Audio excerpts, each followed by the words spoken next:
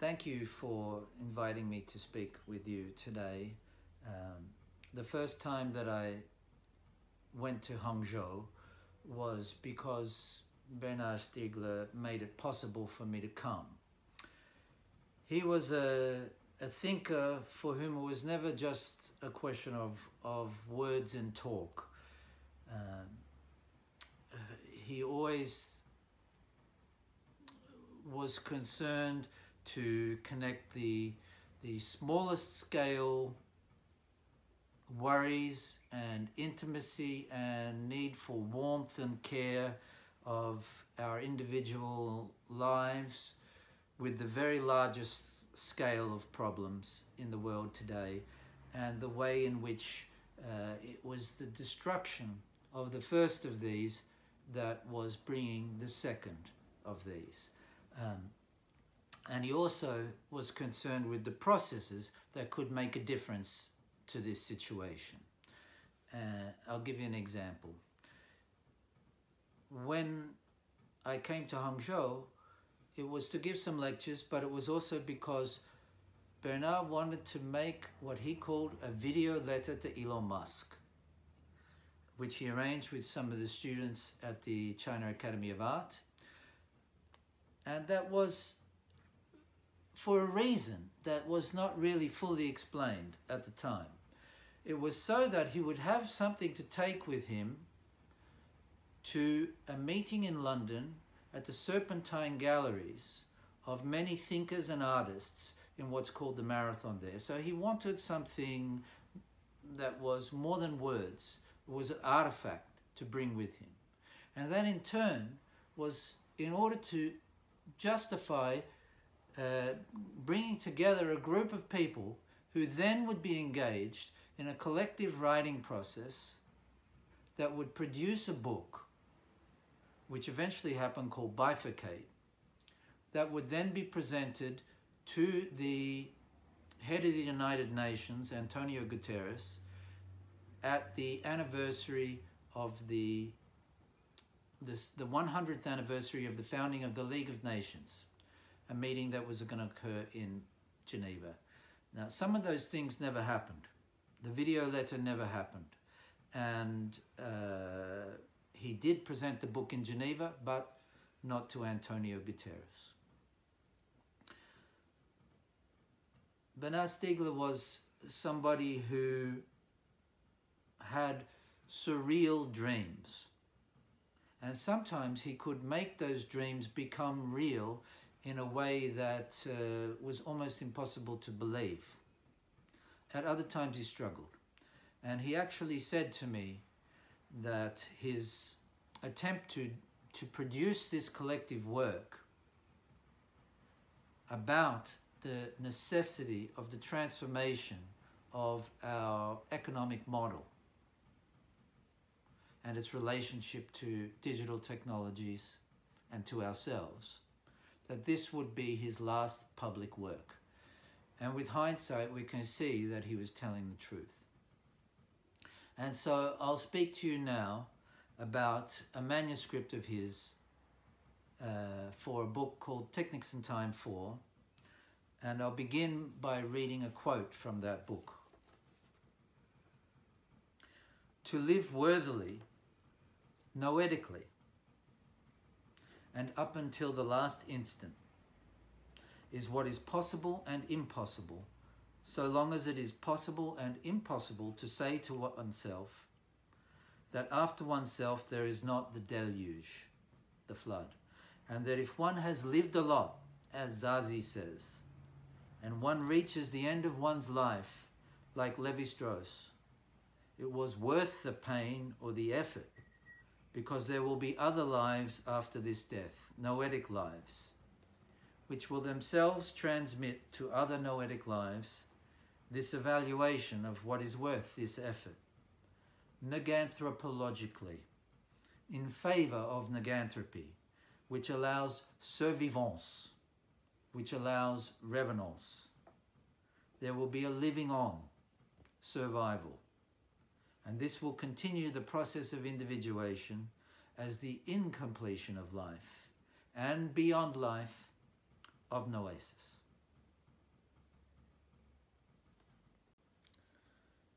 Bernard Stiegler published 3 volumes of La Technique et le Temps with Galilée during his lifetime, and in 2018 these were republished by Fayard in a 1-volume edition with a new preface, afterword, and index. Stiegler had long foreshadowed 3 more volumes, but the 2018 preface made clear that he now envisaged first interposing a completely new 4th volume, whose aims would be to take account of the great body of work he had completed since the publication of the 3rd volume, and to place the whole project within the new context that had emerged since the publication of the first 3 books in 1994, 1996, and 2001, respectively. This context would primarily consist in the power of globally networked algorithmic computation, in the enormous force and yet obsolescence of an economic model operating with such computation and based on the fantasy of limitless growth, and above all, in the recognition that this model, however obsolete it may be in theory, in practice presents a direct threat to the viability of the biosphere and therefore to us. Stiegler's suicide in August 2020 prevented the completion of what had thus become a 7-volume project, but almost 3 years prior to his death he had circulated to friends and colleagues a draft of the proposed 4th volume, entitled in English, Techniques and Time 4, Faculties and Functions of Noesis in the Post-Truth Age.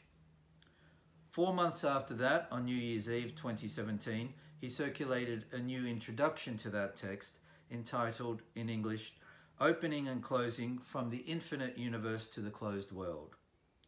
Together, these 2 texts add up to approximately 100,000 words, and while it's clear that they do not form a final and definitive manuscript, they do function according to the aims mentioned above, and Stiegler undoubtedly had a version of this manuscript in mind when he subsequently came to write the new preface to the single-volume republication of La Technique et le Temps. In addition to being the 1st volume of his magnum opus, The Fault of Epimetheus is clearly the defining work of Stiegler's oeuvre. It is thus perfectly understandable that it has been the starting point from which most readers have approached his thought, and continues to form the lens through which his philosophy has almost always been viewed. Nevertheless, it bears remembering that for Stiegler himself, the work and the thought did not in fact begin with this book, but with a course of study and phenomenological laboratory conducted in prison and guided in part by his good friend, former customer and philosophy professor Gerard Grenelle. According to Stiegler, here, his true philosophical point of departure came when he read Aristotle's On the Soul. In particular, its account of the vegetative, sensible, and noetic souls. This origin was itself complicated by being opened up for Stiegler by reading Hegel's interpretation of this Aristotelian tripart division of self-contained and self-moving processes of becoming in terms of the relationship between potential and act. In Stiegler's reading of Hegel's reading of Aristotle, it's crucial to see that the actualization of the noetic soul is an ascent that could only ever be intermittent, a temporary counter-tendency to the irreducible tendency to fall back, to descend, or regress.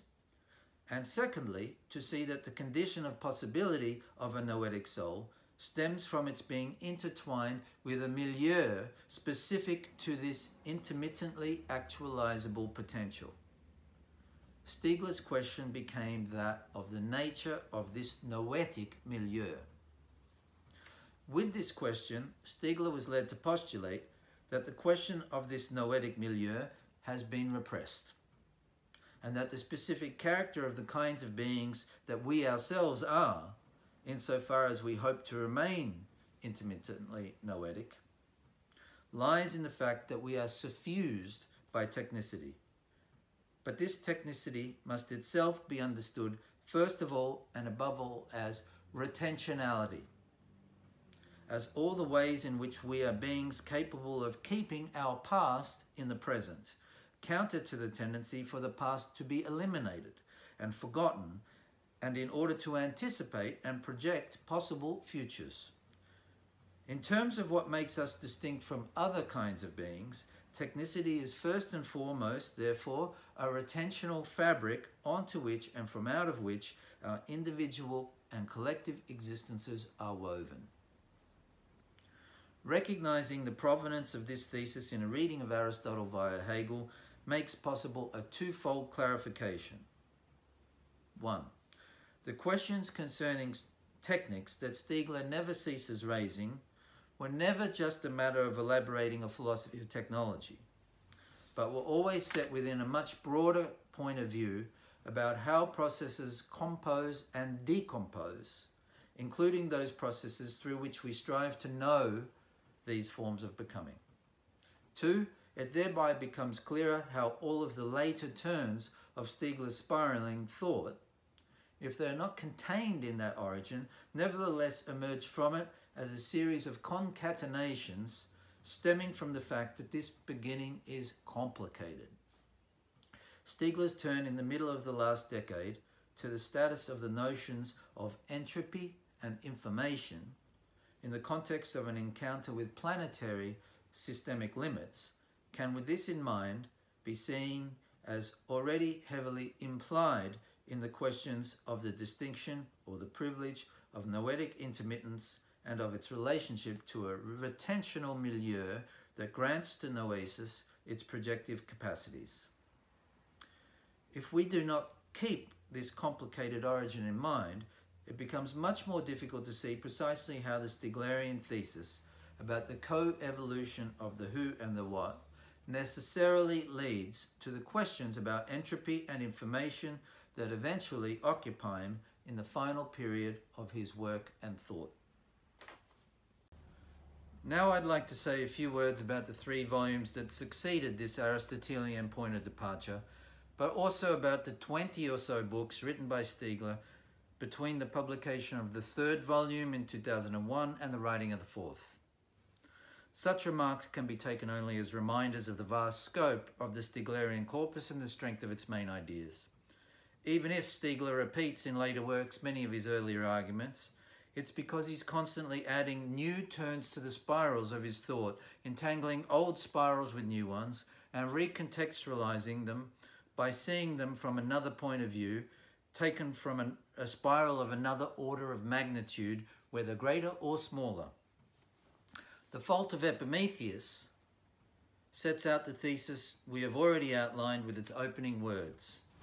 The object of this work is technics, apprehended as the horizon of all possibility to come and of all possibility of a future.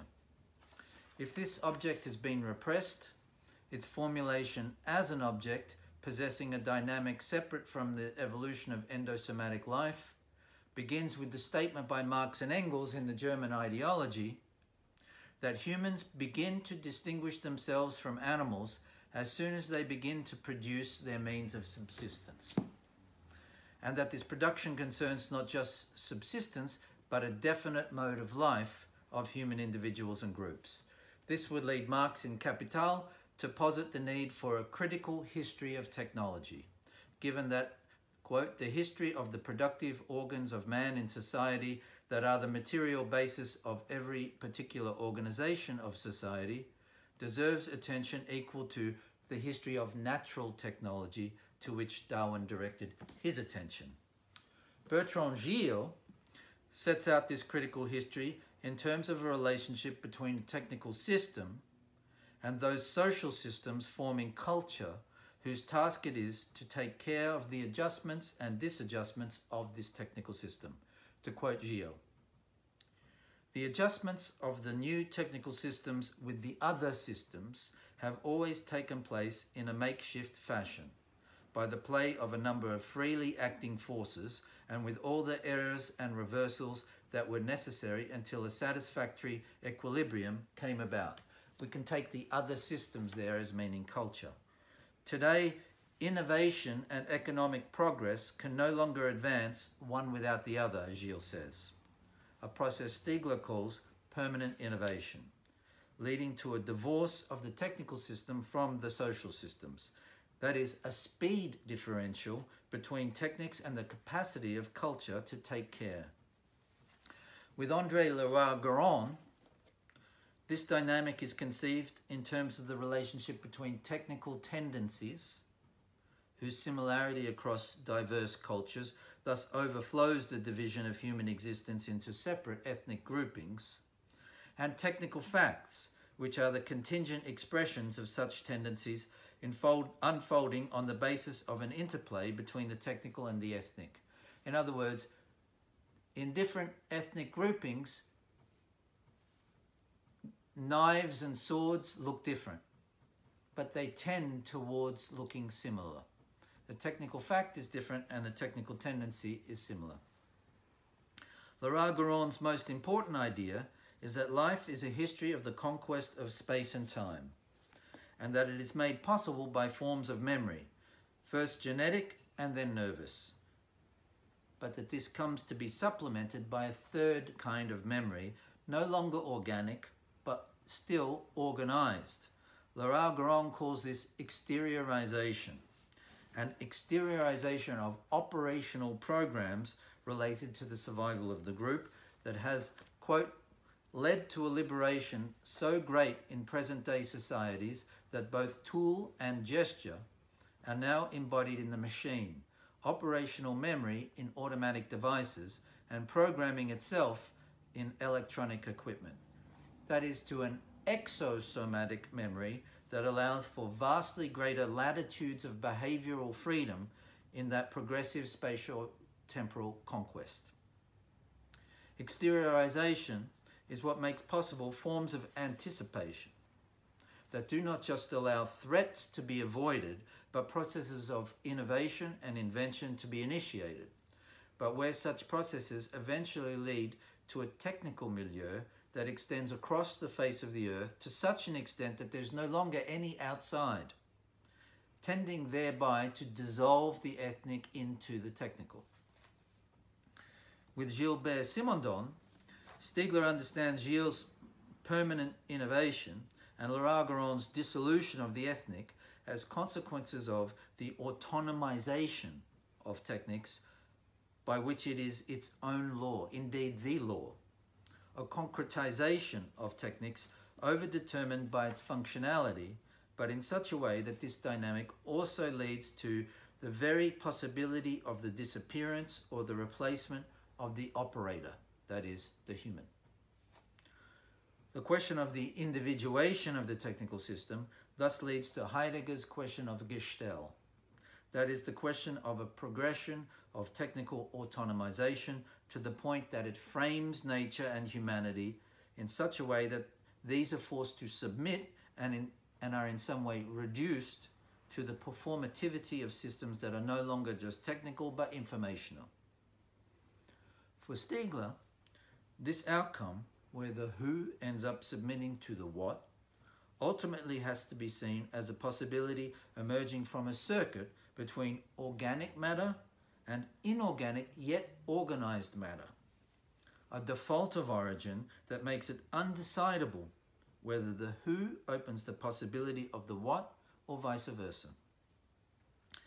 Martin Heidegger understood that the who, which he called Dasein, is that being which finds its past, including a past that it has not lived itself, always lying ahead of it, such that it must resolutely decide to become what it will be on the basis of this past. But what Heidegger did not see, according to Stiegler, is that the what, the exteriorized artifact, was always what gave access to this unlived past, and in this way gave this who its distinctness from other kinds of beings. Moreover, it is the history of the forms of this artifactualization that forms the retentional backdrop of the who, shaping the modalities of this past lying before it and this future that it must discover how to courageously adopt. Disorientation pursues the question of techniques as the horizon of all possibility and all future through a critique of Edmund Husserl's account of time consciousness. While accepting that the distinction between primary retention and secondary retention is necessary to account for the constitution of noetic temporality, Stiegler insists that what opens the possibility of that distinction is tertiary retention, that is, exteriorized memory, allowing the accumulation, condensing, transmission, and transformation of the lessons contained in those former primary retentions that have become secondary, that is, that have become memories. It's the arrangements of primary and secondary retentions made possible by tertiary retention that in turn make possible and require the formation of forms of attention, on the basis of which it is possible to learn, to desire, to care, to know, and to decide, a concern that Stiegler will make more explicit in the third volume and in Taking Care of Youth and the Generations. Stiegler calls those social bodies dedicated to education programming institutions because they make possible, through the formation of attention, an open future. With the Industrial Revolution, however, new kinds of tertiary retention appear, which turn knowledge increasingly into information, whether programmed into the machine or transmitted as news. Whereas knowledge is the object of attention as that which makes it possible to take care of and keep open futural horizons, this modern sense of information is increasingly conceived as a commodity on a market, and therefore tends to lose its value over time and as it is disseminated in space. Through this process, the programming institutions find themselves competing against the programming industries that are the culture and then information industries, whose aim it is, as marketing, to sever the intergenerational bonds on which the transgenerational transmission of knowledge depends. Where previously, knowledgeable arrangements of space and time allowed individuals and groups to orient themselves on the basis of calendars, times of the day, and sacred sites, the informational market tends, in the name of efficiency and profit, to dissolve all of these into timeless times and empty spaces. Cinematic time and the question of malaise returns to the question of tertiary retention. But whereas Husserl focused on the melody as the paradigmatic temporal object that exists only in the time of its passing through time, through which primary retention could be distinguished from secondary retention, in the third volume he turns from the auditory to the audio-visual, cinema, including television. It's the invention of cinema and television that transforms the industrial mode of life centered on production into the hyper-industrial mode centered on consumption, where these analog audiovisual technologies prove to be the most important vehicles of the global adoption of the dream of the American way of life. This cinematic power, making possible a new consumerist hegemony, Stiegler finds, derives, first of all, from the fact that cinema, like photography as described by Roland Barthes, involves a material connection, a chain of photons linking the object that is recorded to the viewer's perception of the recording, giving rise to a strong reality effect. And secondly, from the fact that cinema possesses similar characteristics to consciousness itself, precisely in the sense that perception involves a selection from among possible primary retentions, and on the basis of criteria deriving from secondary retentions, themselves conditioned by tertiary retentions. Or in other words, that perception is both edited and post-produced in the very act of perceiving, in camera, so to speak. Stiegler extends this argument in a lecture on cinema. If it's true that what opens the possibility of distinguishing primary retentions from secondary retentions is tertiary retention, it's less that cinema mimics the structure of consciousness than that the possibility of consciousness derives from something like an archi-cinema, and initially from a prehistoric proto-cinema that Stiegler identifies with the painted caves of Chauvet and Lascaux, which, according to Marc Azema, were already, in a way, animated. Only because Kant did not see this, Stiegler argues, could he claim that what joined the data of intuition, primary attentions, to the concepts of the understanding was an imagination that would be transcendental, whereas in fact the schematisms underlying such a conjunction have conditions that are always technological, that is tertiary retentional, rooted in the history of exteriorization. What Kant could not anticipate, and what those who remain within a Kantian mode of thought cannot effectively critique, even if they also imagine themselves to be part of a Marxist tradition, as characterized as Adorno and Horkheimer's approach to the culture industry, is that the complete absorption of the mnemotechnical into the technical as such would ultimately have the potential to produce a crisis of the functioning excuse me, of the intuition, the understanding and the imagination, which is to say, a crisis of reason. As the analytical capacities of the computational machine rapidly increased and increasingly colonized the noetic processes of understanding, the capability for noetic synthesis was increasingly undermined, sacrificed to the imperatives of marketing and efficiency, that is, to profit. In the period after the publication of the third volume, Stiegler's work took a couple of significant turns while remaining within the trajectory of thinking laid out in Technics and Time.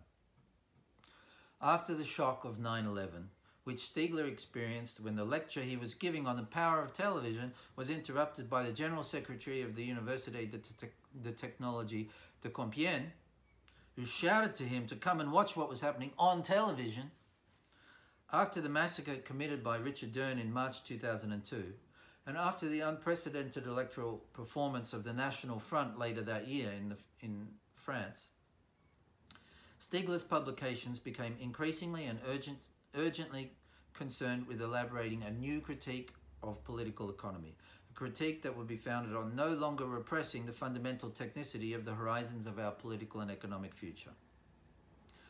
If economics and politics are fundamentally concerned with deciding and selecting among possible futures in order to find ways not just of living but of living well, and to find new ways of living better, this is because the distribution of these possible futures is not predetermined, but is rather open to possibilities that are both positive and negative, curative and poisonous for the dynamic of psychosocial life.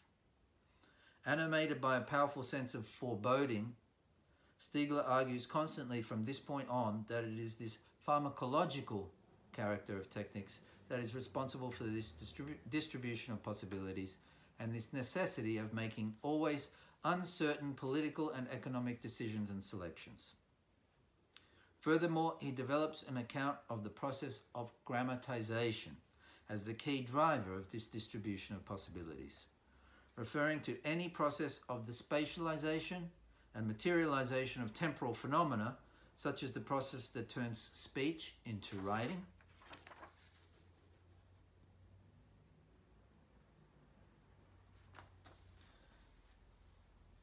or that turns the gestures of the weaver into the programs of the machine, or the performance of a symphony orchestra into an analog recording playable on a turntable, or almost anything into digital and therefore calculable data manipulable on a computer. This fundamentally analytical operation names the very process by which knowledge can be turned into information. As such, grammatization, which begins as early as those cave paintings that materialize and spatialize the individual or collective dreams of the inhabitants of the Upper Paleolithic, is also the process by which this loss of knowledge, which does not mean that grammatization cannot also lead to new knowledge, which it does constantly, but not necessarily perpetually, gives rise to another process, that of proletarianization. The latter is above all the name for the destruction of knowledge, which when it becomes systematic and systemic, destroys the conditions of economic and political life, thus necessitating a new critique. From about 2014, Stiegler is increasingly led to 1. The notion of the Anthropocene as implying something more than just a change of geological time period. 2. the problem of entropy and negentropy, the latter amounting to an always localized organic counter-tendency that can never conquer the thermodynamically entropic tendency, but can maintain biological selections that can serve it as long as it lasts.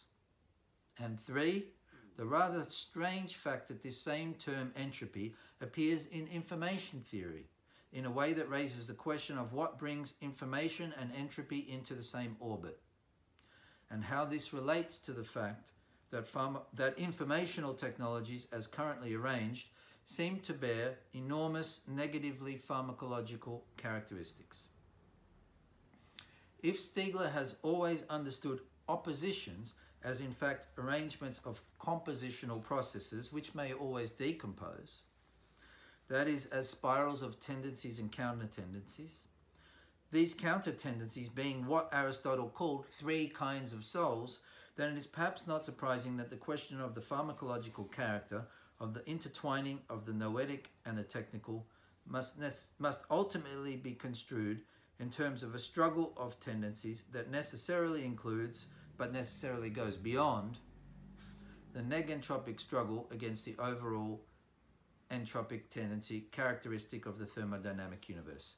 Negantropy, as Stiegler names the specifically exosomatic form of negentropy, might still be a question of the struggle against the tendency for the improbable to be erased over time by the probable. But the probable and the improbable at stake here are no longer a question of physical states, that is, of the fact that organized matter tends to disorganize, but rather of hypermaterial processes. That is, of the fact that incalculable meanings can be reduced to the calculability of averages. For Stiegler, the Neganthropocene will be the name of a highly improbable destination towards which we must aim, and in which this anthropic tendency will be countered by a renewal of negantropy sufficient to stave off the end of the biosphere and foster a new diversity of knowledge and desire, of care. Stiegler's new introduction to the 4th volume of Technics and Time begins by invoking 9/11 again, as the act of criminal hubris that effectively opens the 21st century, but where this opening seems to have closed off in advance every horizon of a possible future, generating an apocalyptic feeling that would only be intensified by the wars that followed, the financial crises that followed after that, and the increasingly dire reports coming from the IPCC.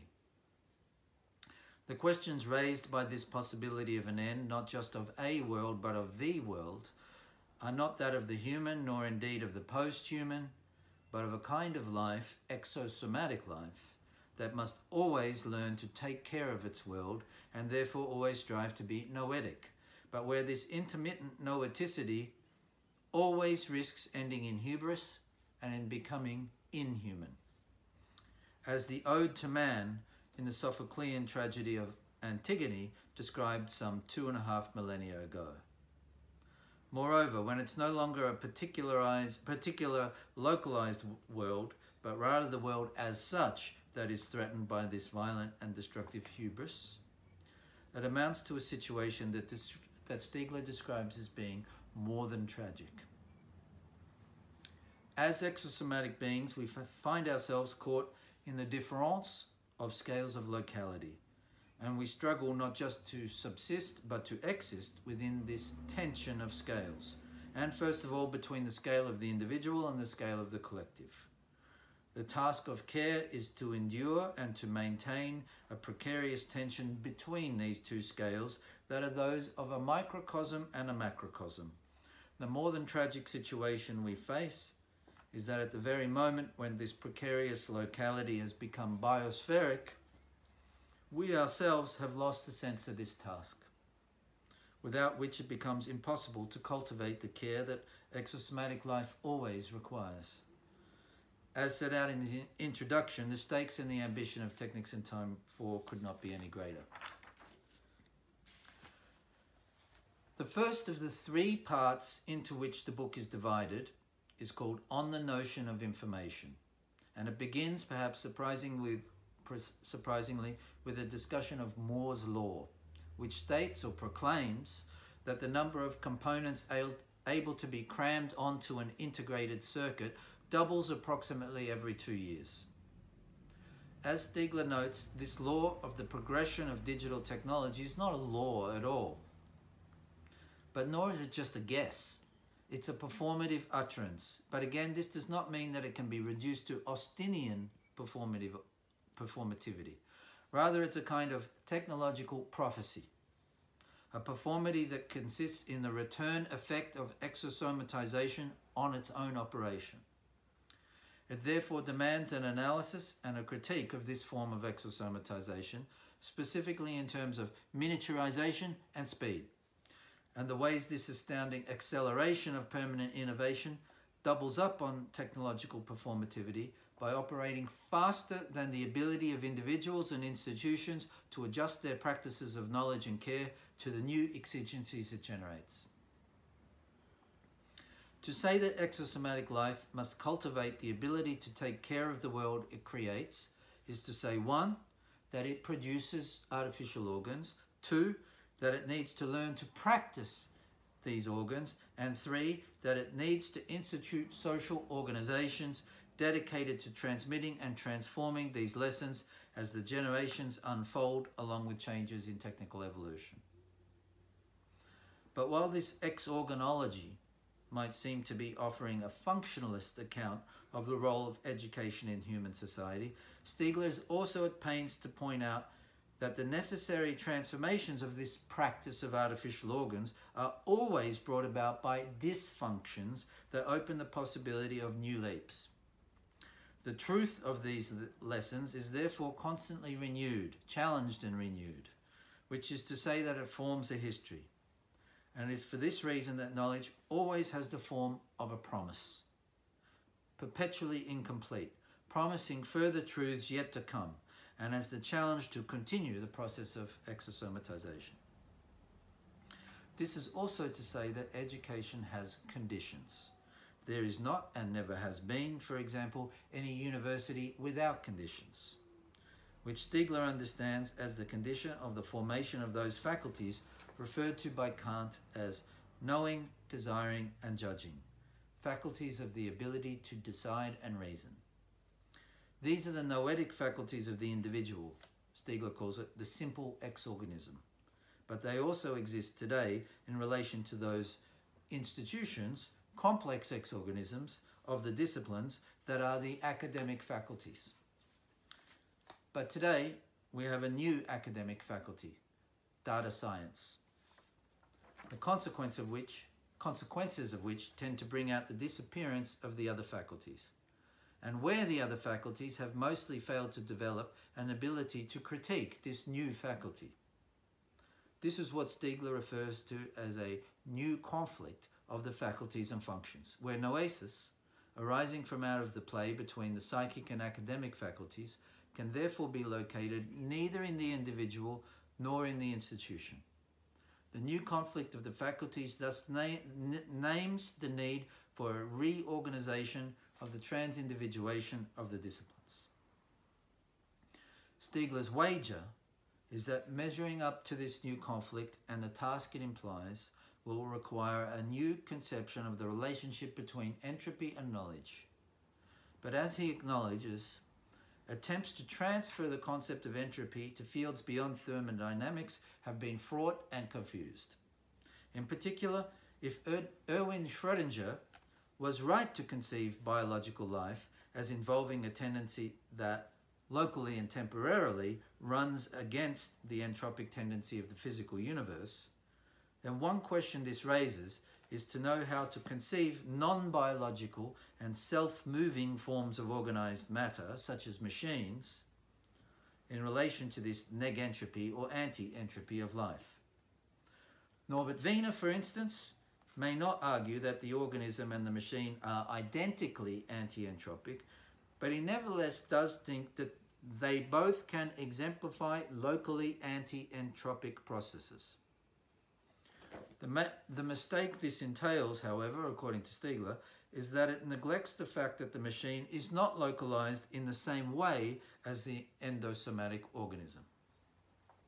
If the machine can be construed as part of an anti-entropic tendency, it is because it exists in necessary relation to simple and complex X-organisms, which are simple and complex X-organisms precisely because they too can exist only in relation to the artifacts of exosomatic life.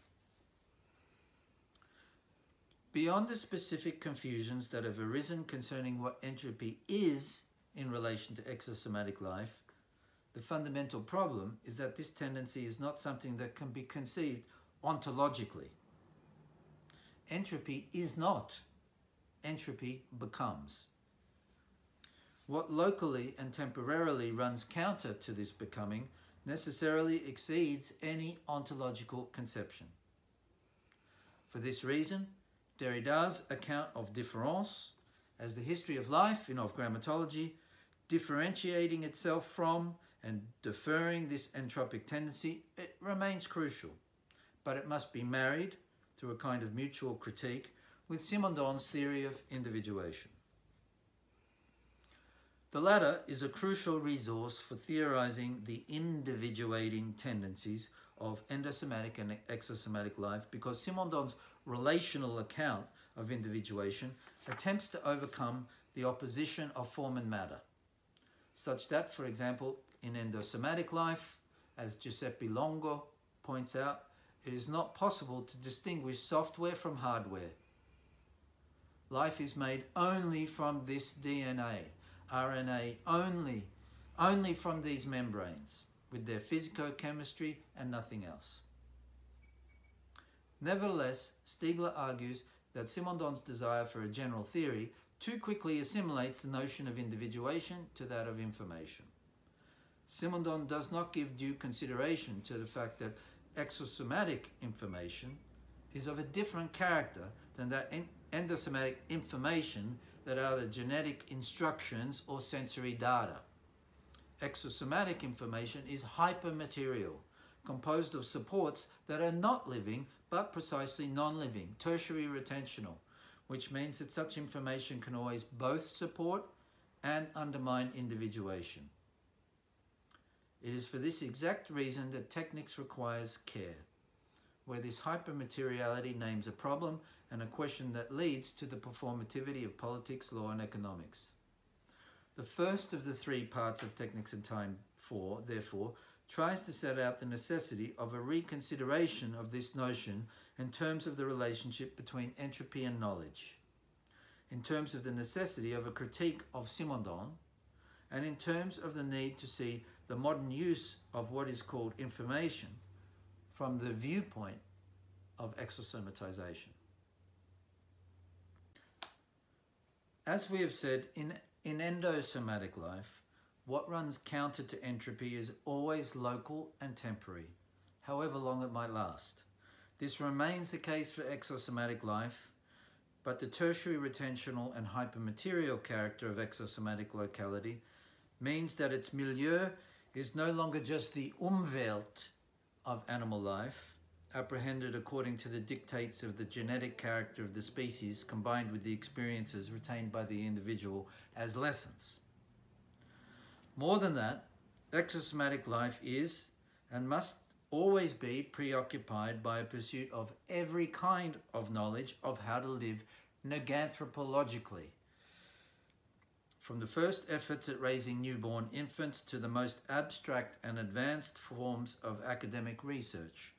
And where, as Simondon describes it, this pursuit is an individuation both of the locality itself, whether individual or collective, I am a locality, and of knowledge itself. These therefore being irreducibly unfinished, that is, open. In this way, exosomatic life involves not just an Umwelt, but a Welt, in Heidegger's sense, or in other words, a viewpoint, which must itself be construed as a local process inscribed in greater and smaller localities and viewpoints. If the individual can be understood as the expression of a microcosmic viewpoint, and the collective as the expression of a macrocosmic viewpoint, and where there is always a viewpoint that exceeds that of any particular macrocosm, then this inevitable inscription in greater and smaller viewpoints, this openness to dimensions beyond what merely exists and towards what does not exist but consists, implies the necessity of what Stiegler calls a new cosmology. Furthermore, such a cosmology could in no way be understood as a new philosophy of nature, because it's not a question of the reality of universal structures of some kind, but rather of the surreality, in the sense of surrealism, the surreality of a pursuit of knowledge that is always performatively making advances upon itself in the name of what cosmologically exceeds it, the more than reality. Stiegler sums up the need to address the question of information today in 9 points. 1. Information lies at the heart of Simondon's thought. 2. Information technologies, not just techniques, are implemented as technical functions dedicated to obtaining new efficiencies. 3. This implementation is carried out in a proletarianizing way, and more than that, as a new conflict of faculties and functions that leads to the decline of the institutional noetic faculties and the rise of data science, which is something less than a faculty because it implements functions only as calculable as algorithms. 4. This implementation is a kind of defunctionalization and refunctionalization of noetic functions. And so we must reconsider the faculties and functions from the viewpoint of exosomatization. 5. This conflict brings to light in new ways the incalculability of exosomatic life, specifically in terms of micro, macro, cosmic difference, making it necessary for the return of 2 questions that have to a great extent been erased by modern science. 6. The first of these questions is that of the singularity of irreducibly heterogeneous places, not just homogeneous spaces, such as the market, as those counter-entropic localities necessary for both endosomatic and exosomatic life. 7. This return of the question of topoi, however, has been obscured by the rise of efficiency that erases micro, macro, cosmic difference or dimensionality, measurement and its instrumental finitude being crucial to the perpetual incompletion of knowledge and thus to the constitution of the neganthropological place.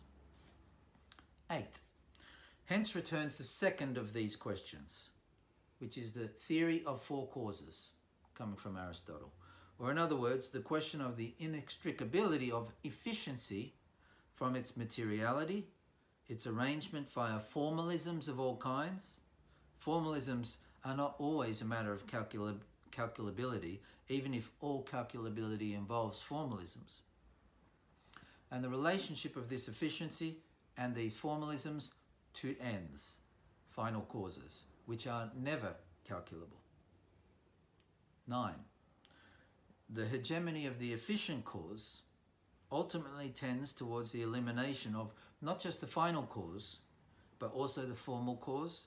For example, turning scientific research into an algorithmic search for big data correlations without the need for theories and hypotheses.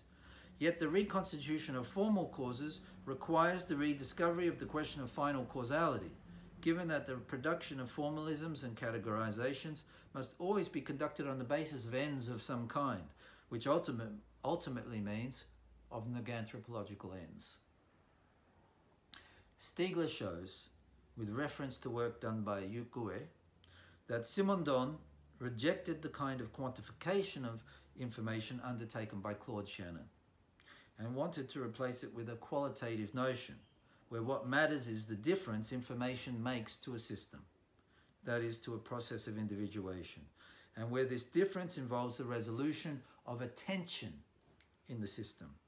But Stiegler asks, if the tension of an endosomatic or exosomatic system refers to the way it is held out towards the future, the way it contains potentials for shifts that occur as phase shifts or resolutions of those tensed potentials, then isn't this to say that tension consists in the way counter-entropic systems are organized and retentional processes existing in relation to possible futures. And to say this would be to say, in the case of exosomatic systems, that such tension is really a consequence of the pro-tensional character of noetic existence, a kind of pro-tension.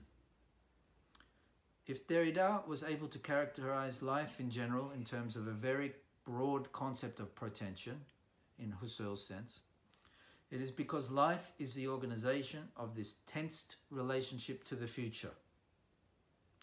But where in exosomatic life, Stiegler insists, the retentional supports of this protension must be understood in terms of the specificity of their history of one or another regime of tertiary retentions.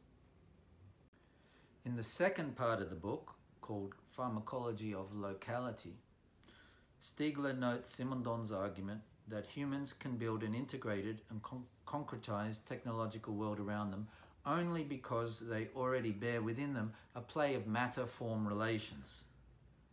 But where do such primordial schemas come from, Stiegler asks, if not from the fact that these human beings are already and from the outset producers of exosomatic organs and artifacts?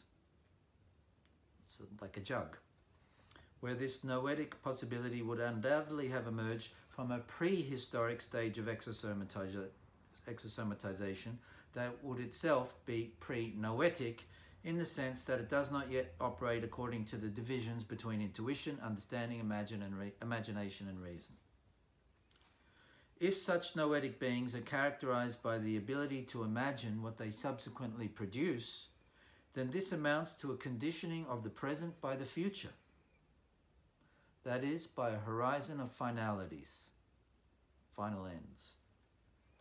Such a horizon is, as we said, protensional, and can be constituted only on the basis of the projections made possible by tertiary retentions that form the milieu of exosomatic life, both as the trans-individual that is shared by a collective of exosomatic individuals within a locality, and as the pre-individual that is inherited by those individuals from individuals who have died, but whose tertiary retentions remain as books and other artifacts. Tertiary retentions thus contain potentials that can affect individuals when, being unexpected, they induce new thoughts, new objects of imagination that can then be produced. We might well imagine that this conforms with the notion of information as what differs from the expected and in this way makes a difference in the receiver of the information, a differing that would then be potentially measurable and therefore quantifiable, and therefore potentially calculable. But as Stiegler then points out, as he already did in Technics and Time 2, Disorientation, what's really completely unexpected is that which the receiver has no way of apprehending at all. If we really don't expect it at all, then we have no way of taking it in, being completely unprepared to receive.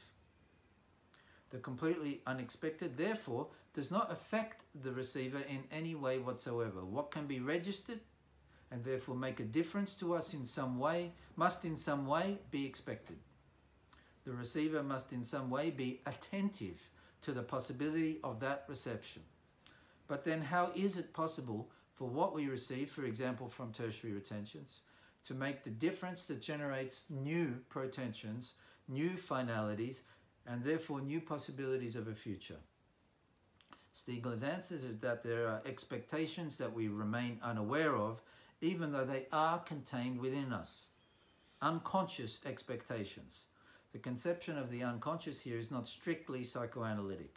It incorporates, for example, what Heidegger calls being for death, which Stiegler calls an archiprotension. A tension towards the future insofar as that occurs in the sense that we know it in the mode of not knowing it. And precisely is what ensures that our relationship to our mortal future is tensed, attentive to the possible. But this also goes beyond Heidegger too, because the mortality at stake here is not just my own, but that of exosomatic life itself, in this way becoming a question of being for life instead of being for death, inscribed on scales that are beyond just those of the individual microcosm and the collective macrocosm. It is inscribed, in other words, onto that infinite scale that is beyond the existent rather than transcendental, that is the cosmological surreal, because non-existent and performative. That is a question of the possible and the possible difference that it is up to us to make.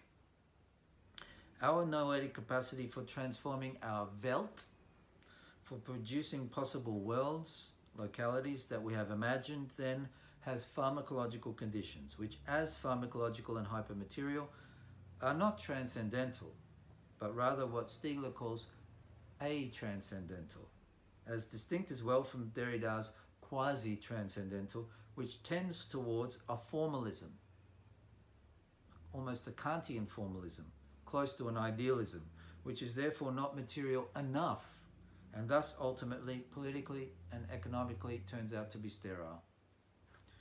In other words, a hypermaterial account of the way in which futural possibilities always have tertiary retentional conditions sees that the elicitation of new realizable dreams occurs neither out there in the world nor in here in conscious imagination, but rather through an interplay between trans-individual and pre-individual retentions and the repressed potentials that can be liberated through these retentions, making possible new leaps.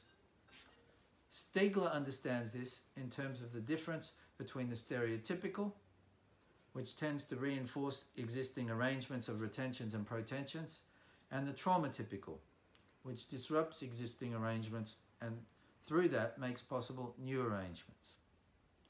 Such an understanding is not possible from within a Kantian perspective that insists upon the transcendental conditions of the imagination, and neither is it possible from a materialist perspective that cannot grasp the performative character of protensionality that conditions the present on the basis of the future, so to speak. This doesn't mean that we should abandon Kant.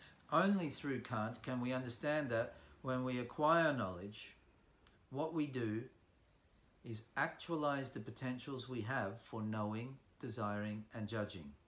That is, for being the reasoning, deciding beings that we have to be and try to remain. Only through a hypermaterial critique of Kant on the basis of the exosomatic and therefore historically variable conditions of the intuition, understanding, and imagination, is it possible to trace the history of the relationship between analysis and synthesis that conditions the character of reason in each particular epoch of reason. Or for that matter, that pharmacologically conditions the decomposition of the relationship between analysis and synthesis, dissolving synthesis into automated, digital, and pre-formatted forms of analysis, and which, through that rationalization of reason, ends up generating all kinds of irrationality. Stiegler's neganthropology is neither a science nor a philosophy. It is a limit situation requiring a leap capable of making possible the renewal of knowledge through the reinvention of libidinal economy. There can be no future for exosomatic life in de-industrialization.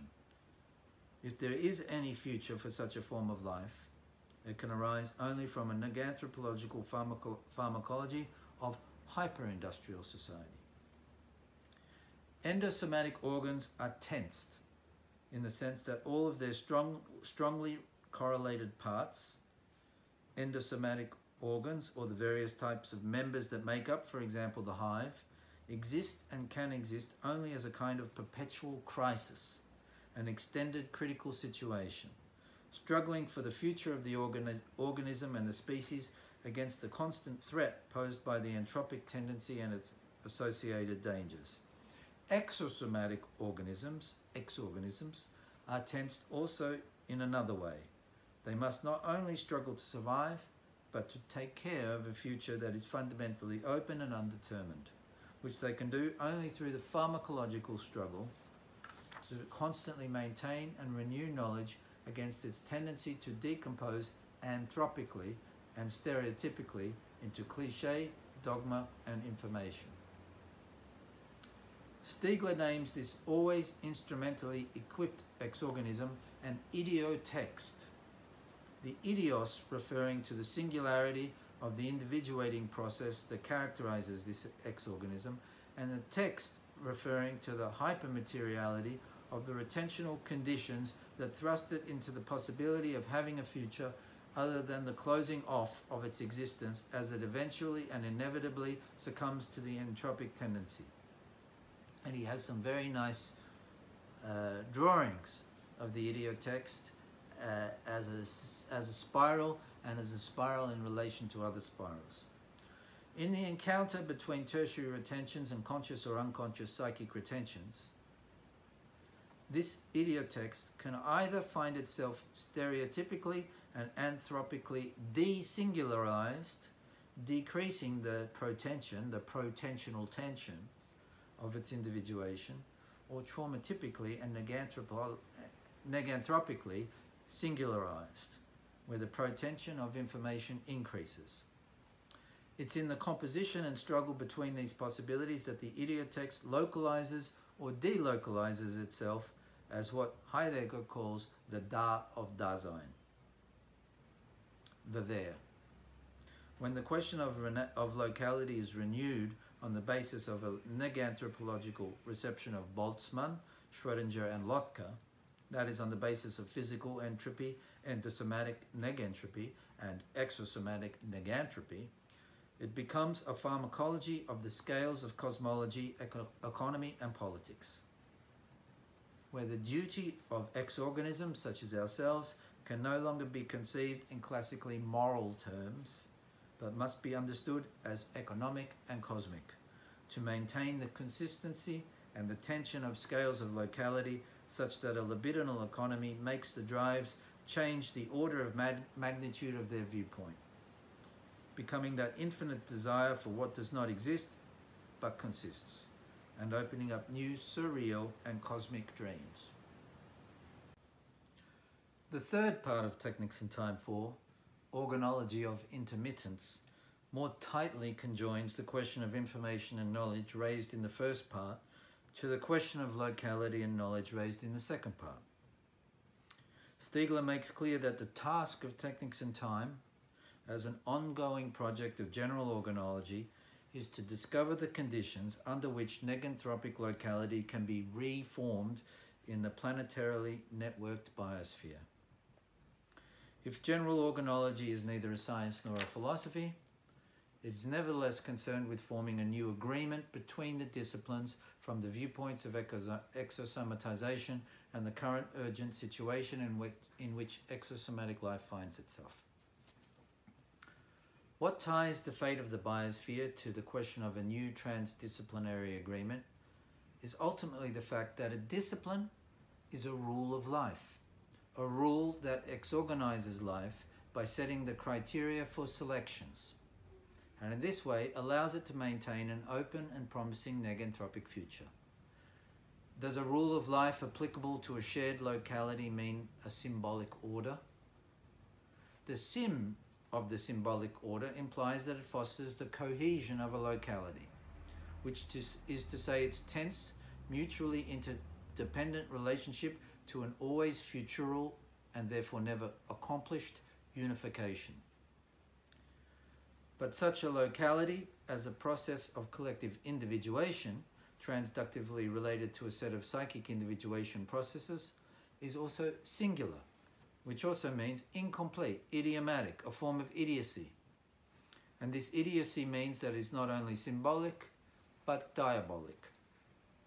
This symbolic order can always end up threatening the singularity of the locality by becoming rigid or sterile. But idiocy also needs these disturbing diaboles that, in fact, form the condition of possibility of new symbols and new symbolic orders. If what we require today is not exactly what Heidegger calls resoluteness, but rather courage, this refers above all to the courage to deal with what today appears diabolical. We must learn how to handle today's proliferation of diaboles so that the noetic faculties and functions can be refashioned, given that it's only through the idiomatization of the diabolical that a new metastable order can be constituted, in a negotiation between rule and fact that non-coincidentally mirrors the negotiation between technical tendencies and technical facts. In other words, demonizing the diabolical will never be a sufficient form of such handling.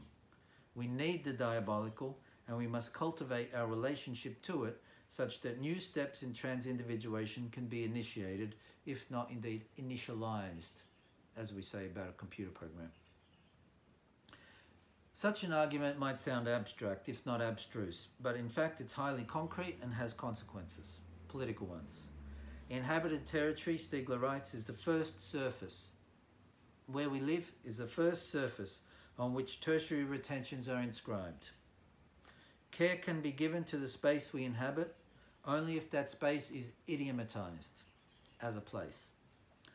We must not deny this territorial dimension of the there, however diabolical it may at times appear, seeming to promise nothing except the return of the ghosts and monsters of a nationalism that always ends up hypostasizing the there on the basis of a past unity rather than the idiomatic difference of a unity always to come. To reject or deny such ghosts only ends up strengthening them. Instead, we must struggle to cultivate the traumatypical potential they contain as diabolical, recognizing that such ghosts may also be fertile revenances, provided we have the courage, the desire, and the knowledge to cultivate them. In a world where intermittence has been destroyed, which is to say the oscillation between the ordinary and the extraordinary, descents and ascents, in such a world there can be no desire, and therefore no love, including love of the there, which requires love and desire, attachment.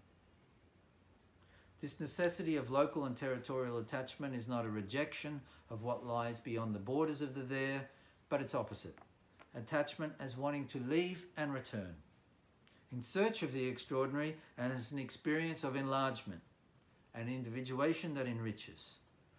There is, in a sense, an embrace of the exotic element of every there. Hence, Stiegler calls for a politics that fosters new local intermittences, which is not to reject or ignore that form of care that is universalism, but to subject it to critique, a new critique. Hence, too, he calls for an economy of contribution that does not forget that no care can be taken of the disciplines of knowledge unless care is also taken of the conditions of subsistence. That bird wants me to take care of the conditions of its subsistence. First of all, as the care taken around the domestic hearth, where attention and attachment are first formed. Hence, finally, he calls for an economy that remunerates desire, fostering a new libidinal economy, given that there can be no contributory economy without desire and attachment. In earlier times, cultures of intermittency were religious. Later, they were secularized, instituted through national compulsory education that also generates the notion of the national there, understood as extraordinary, but also as historical, and tied to a notion of a progression of science and technology. Of course, this process of secularizing education is to a large extent a history of new inequalities, conducted under the sign of production, as well as a history of the reduction of the incalculable to the calculable, engendering a regression of reason to rationalization. Nevertheless, we ought not, as Stiegler says, neglect the performativity and symbolic efficacy of this right to access national educational institutions as the realization of a distributive rather than oligarchic, exorganic and noetic solidarity. In other words, such education was also a matter of cultivating the desire for the knowledge and history of truth, and in this way it was still undertaken as an induction into the possibility of accessing the extraordinary. but as that knowledge cultivated in the institutions of academic knowledge on the basis of the interiorization of literal tertiary retention. Books, rather than just the book. As Stiegler argues, whether mythological or religious or secular, the culture of intermittency has always been a matter of learning to pay attention to the extraordinary, where attention is a formation constituted through the arrangement of psychic and collective retentions and protensions, underpinned by collective retentions and protensions, and supported by tertiary retentions. When this culture of intermittency collapses, when, for example, higher education too becomes a market, when there is no longer any trauma-typical and intermittent access to the extraordinary, when the rubbish of stultified tertiary retentions fails to decompose and become the fertile revenants of the noetic humus, monsters return, and return with desperate energy. The old must be mixed up and mixed around, and through that give birth and rebirth to the new. If this is therefore a question of recycling, then Stiegler reminds us we ought to recall that in philosophy, this recycling has a name: critique. Critique is mixing up, mixing around the old in order to give rebirth to the new. The political and economic facilitation of a new culture of intermittency, then, is a matter of making new fertile returns possible, new births and rebirths of the diversity of knowledge through the cultivation of individual and collective attention, including attention to the local and territorial there. For exosomatic life needs intermittent access to the extraordinary. It needs to go back over the spiral turns of idiotextuality, connecting the largest and the smallest, in order to continue to pursue a process of exosomatization that is always also a continuation of the possibility of new dreams, new ways in which what had seemed impossible can instead come to seem the only possibility, and can do so by the generation of new infinite ends. Stiegler ends his unpublished manuscript of the 4th volume of La Technique et le Temps by reminding us of the threat that Immanuel Kant received after publishing Religion Within the Limits of Mere Reason, a threat coming in the form of a 1794 letter from Frederick William II. Kant reproduces this letter at the beginning of the conflict of the faculties, indicating that this work of 1798 amounts to his reply to the King of Prussia. In this conflict, the higher faculties of theology, law, and medicine enjoy their status as higher because they exist in a relationship with the authorities embodied in the highest complex exorganisms of the time, whereas the lower faculty, philosophy, not yet clearly distinct from science, remained comparatively freer.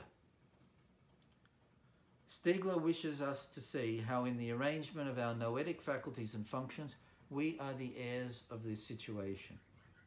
But he also wishes us to see how it has changed, theology having almost disappeared, and all of the other institutional faculties now threatened by the hegemony of an efficient causality, fed by the new faculty of data science that aims to eliminate all improbability and any such freedom. What Stiegler calls exorganology attempts to deal with this new conflict of faculties and functions by staking out the consequences of the notion of entropy in the fields of biology, information theory, cybernetics, and for the neganthropological viewpoint. And it does so, quote, in order to negotiate with the new power, the economy, the conditions of its own survival, and in return ours.